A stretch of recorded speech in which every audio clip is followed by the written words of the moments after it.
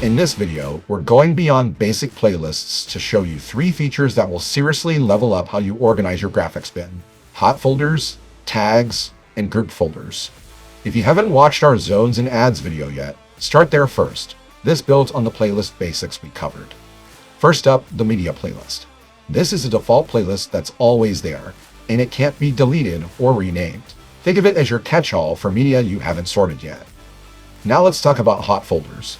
Instead of manually dragging media into ProScoreboard every time, a hot folder watches a folder outside of ProScoreboard on your computer and automatically updates itself whenever you add or remove files. To create one, click the plus button at the bottom of the playlist area and select Hot Folder. Once created, just drop new media straight into that folder on your computer, and it'll show up in ProScoreboard automatically. Next, let's talk about tags. Tags are like a smart playlist. Instead of manually filing media away, you tag it with an attribute, and ProScoreboard organizes it for you automatically. Want all your home run videos in one place? Or all the media in your team colors grouped together? Tags are built for exactly that. To create a tag, right-click a piece of media. There will be a section of the pop-up menu that shows a list of tags, or no tags if you haven't created one yet. Click the plus button in that section and type in a name. Once a tag exists, you can apply it to any other media by selecting the file, right-clicking, and choosing that tag's circle icon.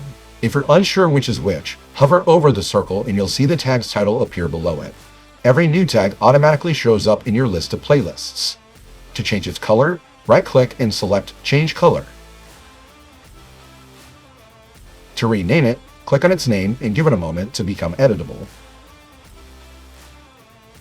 And to remove a tag entirely, right-click and select Delete Tag.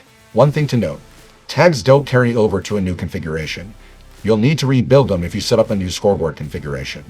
Last up, group folders. If your playlists, hot folders, and tags are starting to pile up, group folders are a great way to consolidate them. Click the plus button and select New Group Folder. Keep in mind, group folders can only hold playlists, hot folders, and other group folders. You can't drop the media playlist, tags, or individual media files directly into one. And that's advanced graphics bin organization. With hot folders automatically pulling in new content, tags sorting media by attribute, and group folders keeping it all managed, your graphics bin can scale with you no matter how much media you're managing. Thanks for watching, and we'll see you in the next video.